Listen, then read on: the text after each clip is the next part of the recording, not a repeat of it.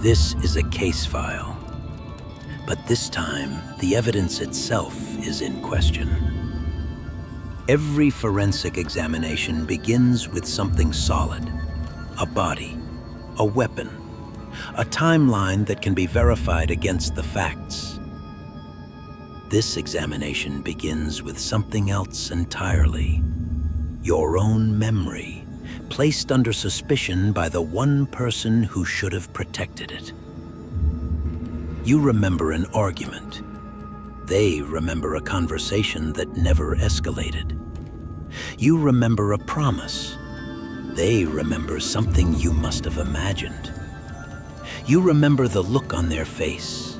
They remember concern for you and your tendency to read too much into things. 6 findings, 1 final report, and a discovery most people spend years running from.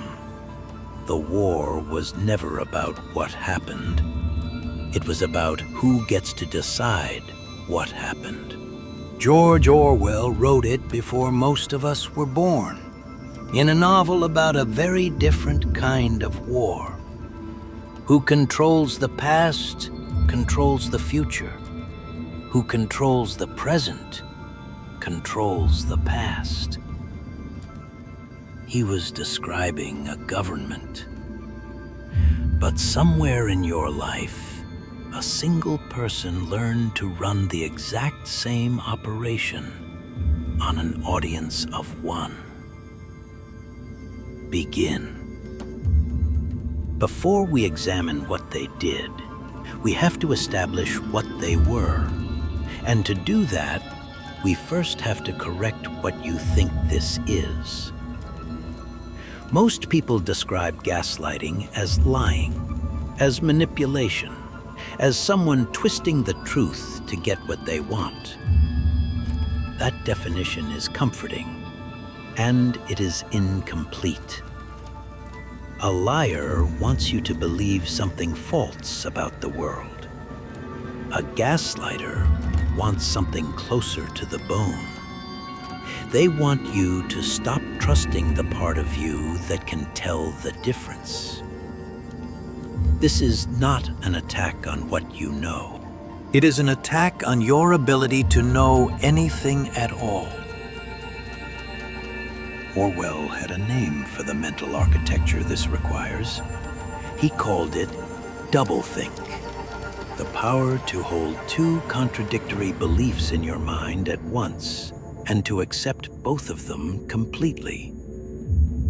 To know that something happened and to know with equal conviction that it did not. To remember the betrayal and to forget that you are remembering it in the very same breath.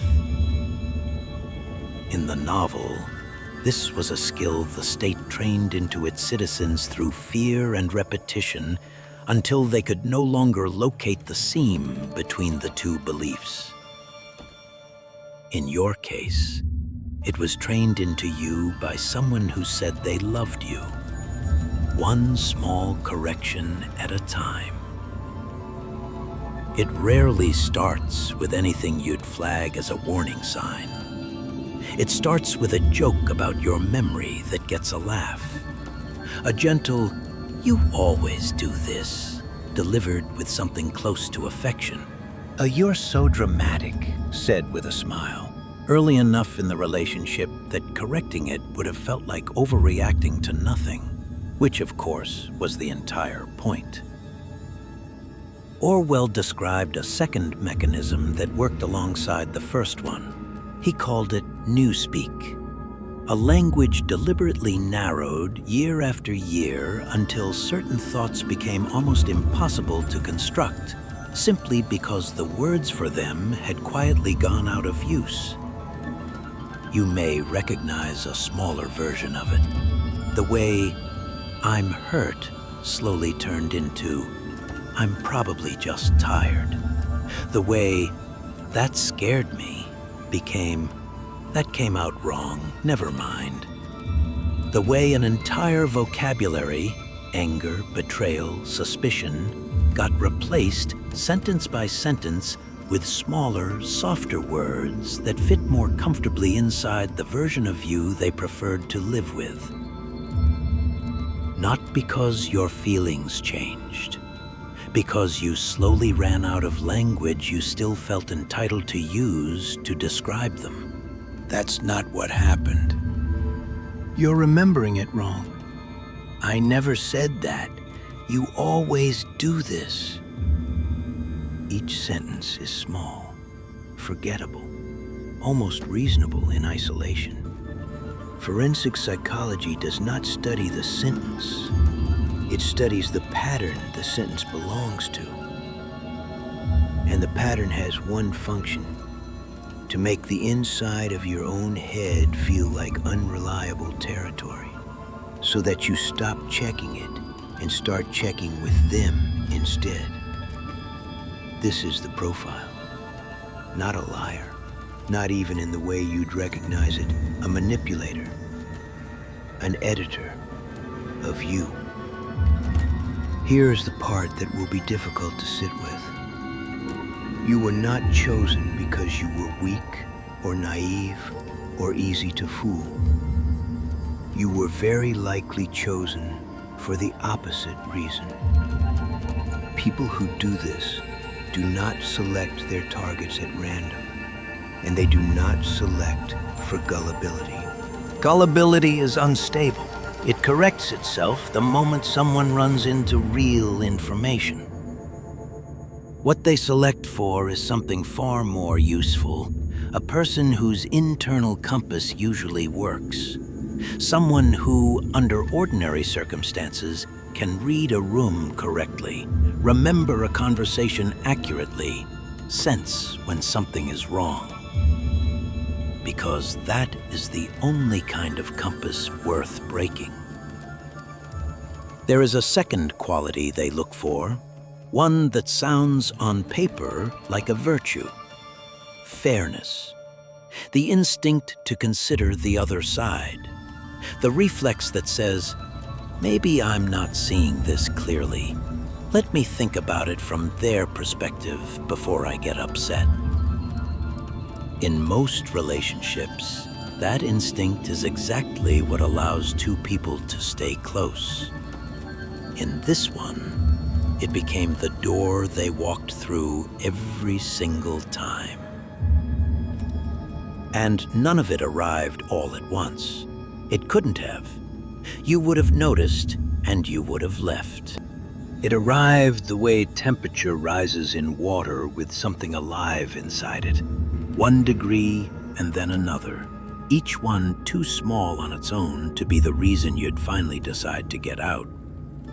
By the time the pattern was warm enough to name, you had already adjusted, quietly and repeatedly, to a version of normal that would have alarmed the person you were 2 years earlier. If your sense of reality is already shaky, doubting yourself costs them nothing. You were doing it anyway. But if your sense of reality is strong, and they can make you doubt it regardless, that is not a small effect on you. That is a controlling interest in you. Orwell described a mechanism in the same novel. He called it the memory hole. A slot in the wall of every office where any document that contradicted the official version of events was simply dropped and ceased officially to have ever existed. No one had to win an argument that the old version was wrong. They only had to make it disappear quietly enough and often enough that eventually no one thought to go looking for it. In your relationship, the memory hole didn't need a slot in a wall. It needed a calm voice, a slightly puzzled expression, and the willingness to say, "That's not what happened." Often enough that checking your own memory started to feel exhausting, and then eventually unnecessary. You weren't targeted because your memory was weak. You were targeted because, until they got to work on it, your memory was the most dangerous piece of evidence in the room. Let's open the file. 3 exhibits. Look at them the way an investigator would, not for how they felt, but for what they did. Exhibit 1, the flat denial. That never happened. I never said that. You're imagining things again. Notice what this sentence does not do. It doesn't argue that you misunderstood or offer another way to see it. It removes the event from the record entirely and quietly replaces your memory of it with the suggestion that the memory itself is the malfunction. Exhibit 2, the reframe. You're too sensitive. You're overreacting. Why do you always turn this into something bigger than it is? This one is more elegant because it doesn't deny the event. It concedes that something happened and then quietly relocates the problem from their behavior to your reaction to it. The offense stays on the table. The blame gets up, walks across the room, and sits down in your chair. Exhibit 3, the retroactive edit. I never said I'd be there. I said I'd try. I didn't say you couldn't go. I said I'd prefer if you didn't. You're putting words in my mouth. This is the most dangerous exhibit of the 3 because it doesn't ask you to doubt an event. It asks you to doubt your comprehension of language itself, the most basic tool you own for understanding anything at all. And once that tool is in question, there is no version of the truth left to appeal to. Because every version has to run back through the one instrument they've slowly convinced you is broken. You. Exhibit 4, the witness. Ask anyone. They'll tell you the same thing. Even your friends think you've been acting strange lately. I'm not the only one who's noticed. This exhibit doesn't even require another person to actually say any of it. It only requires the suggestion that they would, that your perception isn't contested by one person, but quietly outvoted by an entire room you can't see into. And so the disagreement stops being between the two of you. It becomes you, alone, against a consensus that may not even exist, and that you now feel too exposed and too embarrassed to walk around the room and verify. Orwell wrote a scene that forensic psychology would recognize on sight. An interrogation in which a prisoner is shown 4 fingers and told, calmly, patiently, that there are 5. The point was never to make him see 5 fingers. The point was to make him want to see 5, to arrive at the wrong answer on his own, voluntarily, simply to make the disagreement stop. 2 + 2 make 5 is not a lie you're told. It's a peace treaty you are slowly persuaded to sign with the part of yourself that still, quietly, remembers 4.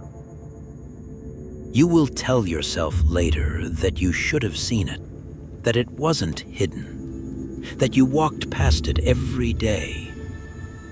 You're right, it was never hidden. It was simply filed under the wrong heading, in a drawer in your mind labeled "Things that are probably my fault." The Notes app entry you made at 2 in the morning, writing down exactly what was said, word for word, so I don't forget, as though your own memory had become a witness you no longer trusted to testify without a transcript. The apology you wrote and rewrote 4 times before sending, for a feeling you weren't even sure anymore you were allowed to have. The messages you went back and reread 3 times, 4 times, not to relive them, but to confirm with your own eyes that the words on the screen still said what you remembered them saying 5 minutes earlier. As if language itself might have quietly shifted underneath you while you weren't looking. The tightening in your chest, 10 minutes before a conversation you already knew was coming. Your body keeping a record your mind had agreed out loud to stop keeping. The friend you slowly stopped telling the full story to because you'd noticed yourself pre-editing it, softening the parts that sounded dramatic, trimming the details that made it sound like nothing before anyone had even asked you to. That is the evidence. Not one dramatic confrontation, a slow accumulation of small surrenders, each one small enough to seem reasonable, all of them pointing in exactly one direction, away from your own authority over your own experience. There is a neurological reason this works on people who are paying close attention, not on people who aren't. Trust runs on a kind of internal shorthand, a willingness to take someone's account of events at face value so you don't have to independently audit every sentence anyone you love ever says to you. That shorthand isn't a flaw in you. It's the operating system of every close relationship that has ever worked. And it is exactly the system a person like this learns to run their operation through, using the very mechanism that makes closeness possible as the access point for quietly rewriting what that closeness actually contained. You weren't blind. You were running the software that allows people to be loved. They simply knew which lines of it to rewrite. Here is where the file gets interesting. At some point, a friend's raised eyebrow maybe, or a single sentence in a book that landed like a verdict, you came across a piece of outside evidence, something that confirmed no. That conversation happened exactly the way you remembered it. And something in you, quietly, without ceremony, picked the verdict up and kept it. You stopped pre-apologizing. You started saying, "That's not how I remember it." And more importantly, you stopped immediately following it with 3 more sentences explaining why you were probably wrong to say it. Now watch what happens next. Not to you, to them. The reaction rarely matches the size of the moment. A small, calm assertion of your own memory gets met with an outsized response. Anger that arrives too fast to be about 1 sentence, or a sudden wounded withdrawal as though you were the one who'd done something wrong. Watch closely, because this reaction has a shape, and the shape has a name. First, the denial. "That's not what I meant. You're twisting my words again." Then the counterattack. A sudden, oddly complete inventory of every flaw, mistake, and bad mood you have ever had, produced with startling speed as though it had been filed away for exactly this occasion. And finally, the reversal. Somewhere in the last 60 seconds, without you quite seeing the hinge turn, you find yourself comforting them, apologizing for upsetting them, managing their hurt feelings about the fact that you tried for once to name your own. Deny, attack, reverse victim and offender. It has a clinical name and a near-perfect track record, because nothing recruits your guilt faster than someone else's tears produced at the precise moment you finally stopped doubting yourself. Orwell had a word for the exact thing you just did, and for exactly why it provoked that reaction. He called it thought crime, not an act, not even speech, a thought. The quiet, private act of arriving at a conclusion the system never authorized. In his novel, thought crime was the only offense that truly mattered, because every other form of obedience could be staged. That one couldn't. A person who still privately knows the truth, even while outwardly complying, remains underneath the performance ungoverned.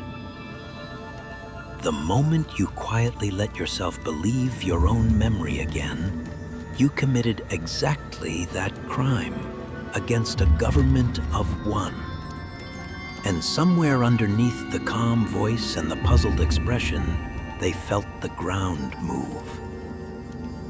This is the final finding. It would be comforting to end here with a simple verdict that they were lying, you were right, and the case is closed on those terms alone. But forensic findings don't exist to make you feel better. They exist so the same cause of death doesn't show up in a future file. So here is the uncomfortable part. The real damage was never really about whether the argument went the way you remembered it, or whether they truly said what you think they said. It was about something underneath that, about who, in your own mind, gets to be the final authority on what is real for you. For a while, you quietly handed that authority to someone else. Not all at once, in small installments, each one so small it didn't feel like surrender. It felt like being reasonable. And here is the part of the report that rarely makes it into the retelling, the part most people quietly skip. At some point, you will have to forgive the version of you who signed those small agreements. Not because she was foolish, because she was doing the one thing every functioning, trusting human being does without thinking twice, extending good faith to someone who had not yet earned the right to spend it. Orwell closed his examination of this exact mechanism with a single sentence. One forensic psychology would frame, if it could, and hang directly above the exit of every relationship like the one you just walked out of. Freedom is the freedom to say that 2 + 2 make 4. Not the freedom to be right about everything, not the freedom to never doubt yourself, just the freedom, quiet, unglamorous, entirely yours, to look directly at what you saw, what you heard, what you know, and to go on believing it, even when someone you loved stood very close to you and told you calmly that you didn't. That is the autopsy report. Case closed.